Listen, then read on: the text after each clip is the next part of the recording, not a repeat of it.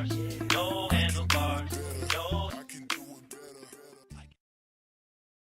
This is Joe here, and we're just gonna ask him some questions about how he started his business.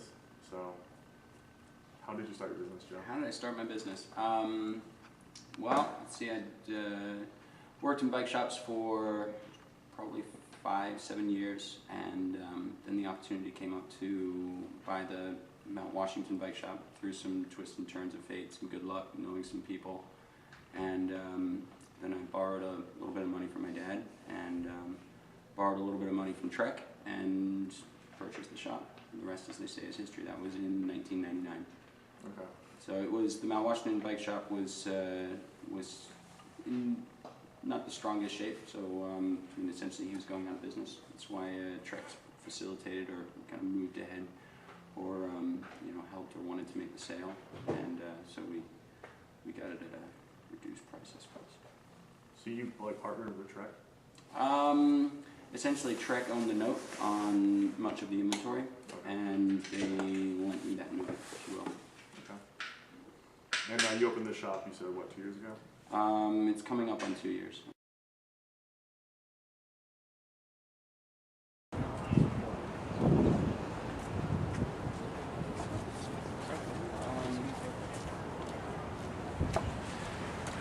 Well, I guess any tour starts at the beginning.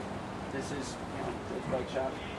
I think the only parts that are really important here, you can see that, you know, we're in, you know, downtown proper, or you know, right on the Broadwalk, main strip of Fells Point. It was important to us to not be hard to find, which is always a tricky business for a bike shop, because we usually, our products require a large footprint and a lot of floor space, but don't provide the same margin as, say, Green Turtle gets on their burgers, because they are good burgers.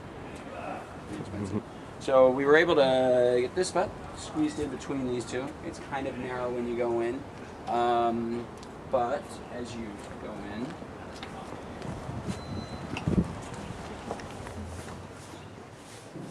you can see it kind of opens up to the back. The neat thing is, this used to be the old 723 Club, which was famous for, I don't know what. So it's kind of a long hallway. What we were aiming for here was kind of create like a store window that you would walk through. I know it sounds kind of goofy, but that was our idea. Keeping most of our inventory, most of our sales in the back, but having you know, something, we try to keep it visually catching from the window as much as we can, and then draws people in. So we were able to get a pretty good deal on the rent, in part because it was such an odd space. Again, it starts off kind of narrow, but then opens up. The previous tenant actually had it walled off right about where you're standing there, and this space was just useless. You can kind of see that this right here used to actually be an alleyway. So there were 3 houses up front, a warehouse, a house, and then I think, I'm not sure, another warehouse. And this was the backyard of the one, and then you can kind of see where the building of the other stopped right around here, and then continued down there, and then that was the exterior wall of the building on the left. So long before we got here, they filled all that in and made this space.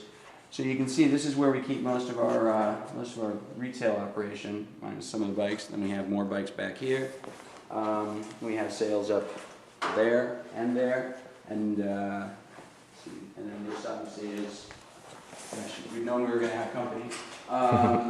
This is our repair area, so this is where we actually fix them and build them. And then towards further in the back,